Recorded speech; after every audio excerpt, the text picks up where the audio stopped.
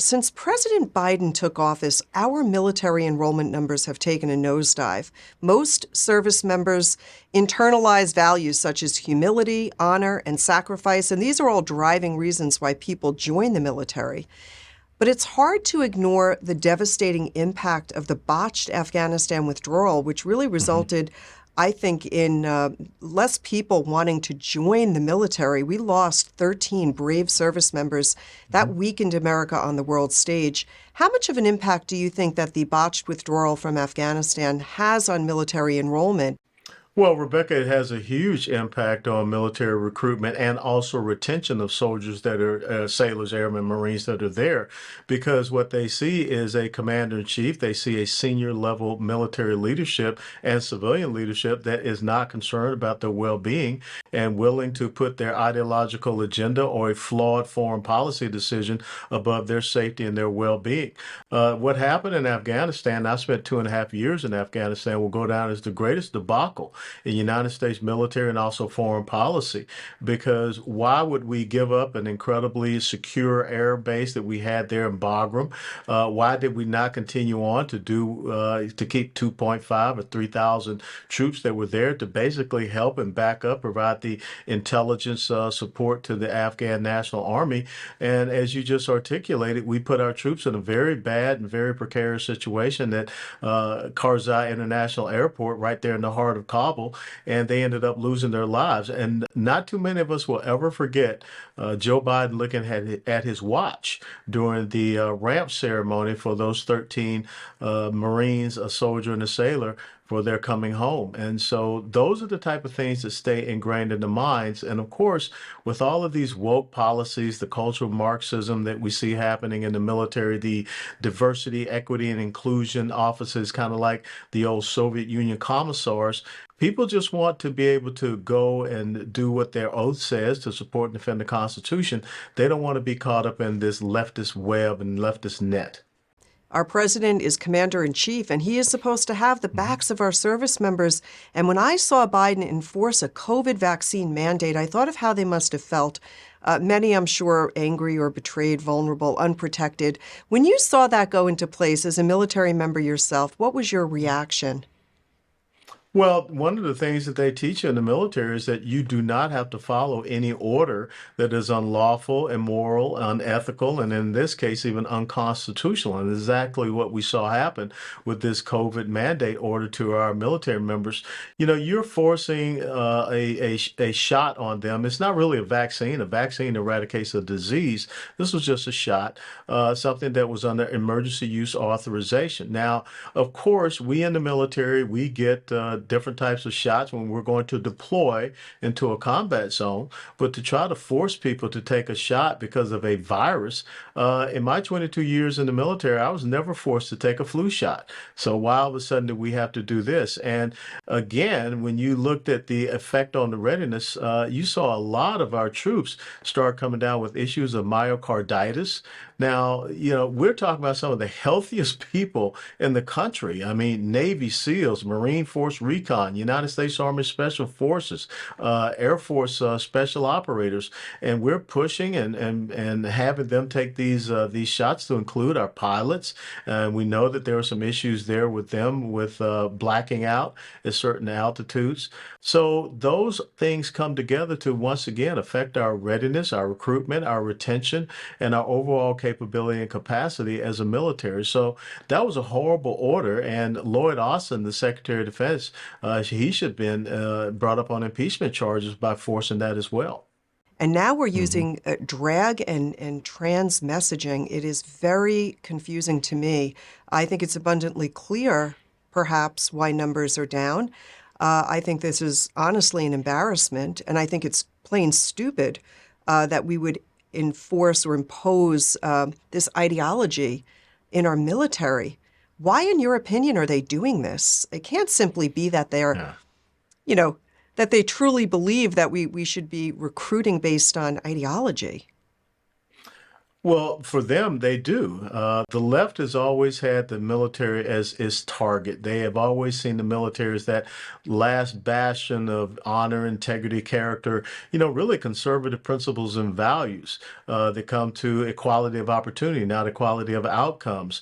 And so now it has been their goal and the desire to upturn, upside down the military, so that now we're talking about gender dysphoria, which is a mental condition.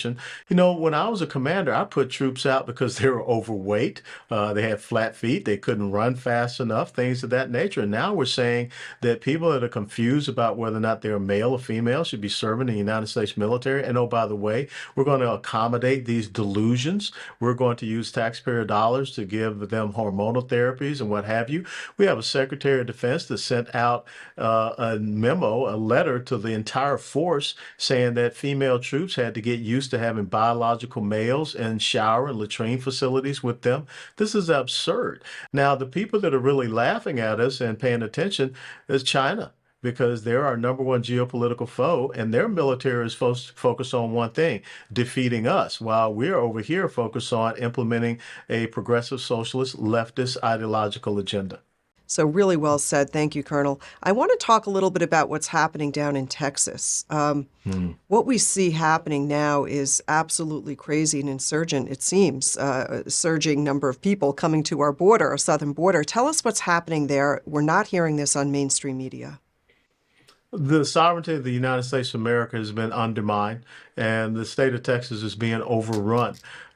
When you look at the Constitution, Article 4, Section 4, the Guarantee Clause, the federal government is supposed to guarantee to every state in the Union protection from invasion. We've seen 5, 6, 7 million people. The fact that we had 85, I believe, thousand people illegally enter the United States of America, mainly through Texas last week, that's absolutely appalling. It's disconcerting. And there's more that are stacked up waiting to come across. And so even here in the state of Texas, our Constitution, the governor is supposed to repel invasions. No one is turning these people back. And what really should trouble us all is the amount of single military age males that are being allowed illegal entry into the United States of America. These aren't family units. These are single military age males who should be in their home countries, trying to stand up and fight for a better way of life there. But instead, we're allowing them here. And from an AMAC perspective, for our veterans, think about this. Our homeless veterans are being, treated as second class, third class citizens. No one's giving them free cell phones. No one's putting them up in hotels. As a matter of fact, they're being kicked out of a lot of facilities to accommodate these illegal immigrants. So the sovereignty of the United States of America is in question. We still have a year and a half of this Biden administration. The fentanyl crisis that we see happening, the human and sex trafficking crisis, the child exploitation that is going on. Basically, we have a government that is aiding and abetting human and sex trafficking in the United States of America, and that's unconscionable. We just heard Biden say, while he was bicycling on vacation at the beach, that he thinks that it's going all pretty well down there in those southern states. Is he lying to the American people? Is he misinformed? Is he that ignorant? It's all the above. He is complicit in this. This is purposeful. This is intentional. This is willful. What is going on? This is part, like I said, of the undermining of the sovereignty of the United States of America. There are people that think they will have a new voting bloc, and there are other people that want to support cheaper labor coming into the United States of America. But the bottom line is this: the American people, the legal, law-abiding citizens, are going to be the ones that are affected. We're concerned about tuberculosis, seeing a spike coming across. I've even been reading reports about scabies. People need to be paying attention to that, because these individuals being put on buses, they're being put on planes, and they're being pushed deeper into the United States of America. You look at what is happening in the suburban counties around New York City, where they are now at feud with the mayor of New York, who's trying to push them out into their communities. So this is affecting the entire country. And again, you cannot exist as a constitutional republic if you don't protect your own borders. Then you just become a piece of land in between, I guess, Mexico, Canada, and the Atlantic and Pacific Oceans. And that's not what the United States of America is. We have a border to defend, but we're not doing that right now. And you have a complicit media that will not tell the story about it. I was watching 60 Minutes yesterday, and they were basically talking about how some of these illegal mothers, this is how they're spending Mother's Day. Well, there are mothers in the United States of America who have lost their children because of illegal immigrants, because of the fentanyl crisis that we see happening. And you're right, we have children that are being affected by this sexual exploitation. So again, we have got to wake up as a country, and we have got to understand what the truth is. And just 2 weeks ago, I was down there on the border for 4 or 5 days, and we can't cover it. We don't have the resources being down there. And so instead of sending billions of dollars to Ukraine, there's some money that we need to spend on protecting our own border right here. Yeah, and we ought to finish building the border wall that is so important. It's what our members want to see happen. Before we let you go, it blew me away when I heard Joe Biden's remarks when he spoke at a university, telling these college-age students that to him, in his view, the greatest threat to American democracy right here at home is white supremacy.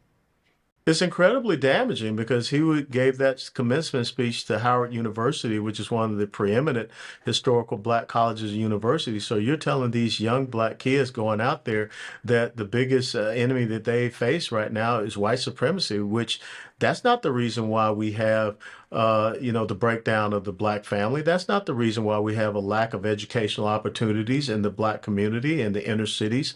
That's not the reason why we see a lack of economic opportunities. That's not the reason why we see some 20 million black babies that have been murdered in the womb since Roe v. Wade. As a matter of fact, Planned Parenthood was founded by a white supremacist and a racist, Margaret Sanger, and the Democrat Party firmly supports Planned Parenthood. The number one political foe that we face, geopolitical foe, is China. The thing that we have to take care of is our border, and that's going to have incredible effects on the urban centers. And if we don't deal with the black on black crime, because no white supremacist is going into Chicago every weekend and killing other blacks, or in Detroit or in New York or Philadelphia, Atlanta, Dallas, wherever.